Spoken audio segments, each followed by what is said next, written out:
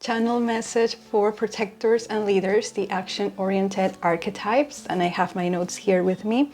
So maybe you have had a hard time with events or circumstances outside of your control lately.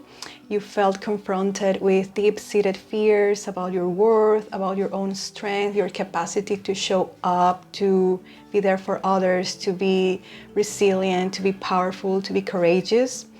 And maybe you were struggling with some people and someone betrayed you, which left a deep wound, and your trust was broken. Maybe you gave love, attention, and energy to someone who couldn't or wouldn't reciprocate. So you are now learning to discern. You are rediscovering who is safe to trust.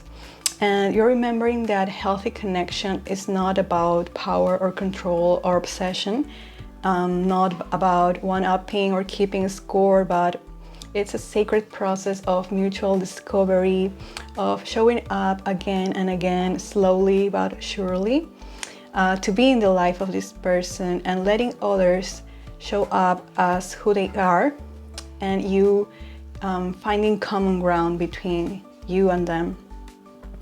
So you are learning or remembering to lead from presence and not performance. I find that protectors and leaders tend to put on this mask of strength and organization, kind of like discipline, which is true. You are all of that. You are strong, you're powerful.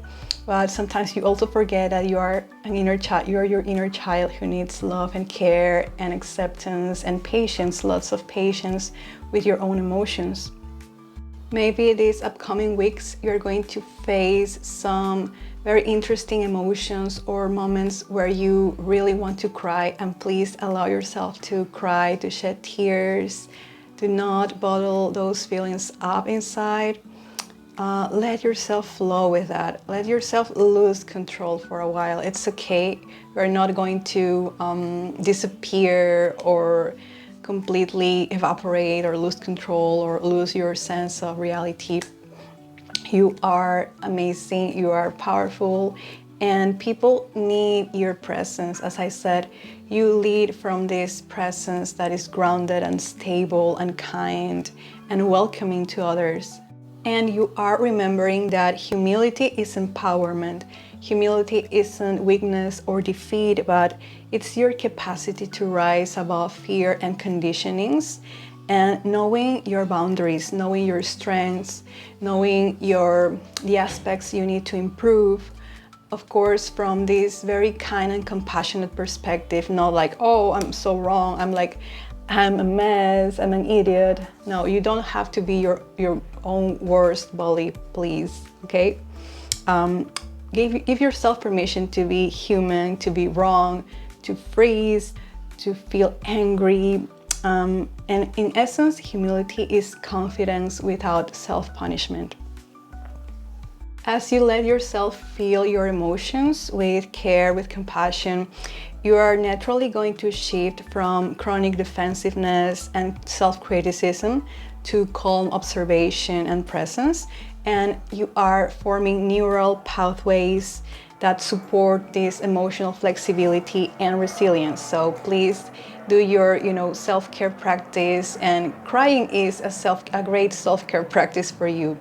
And also maybe painting or doing some kind of rhythmic ethnic dance, like drums and heavy beats, all the bass.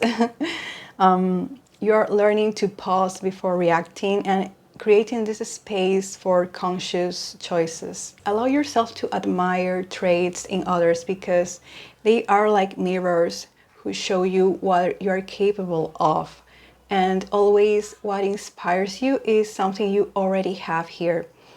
And of course, the more you do this inner work of self-acceptance, grounding in your own presence, in your own power, you relax more. There is more spaciousness, and you begin to trust life and the unseen forces around you, universe, your spirit guides.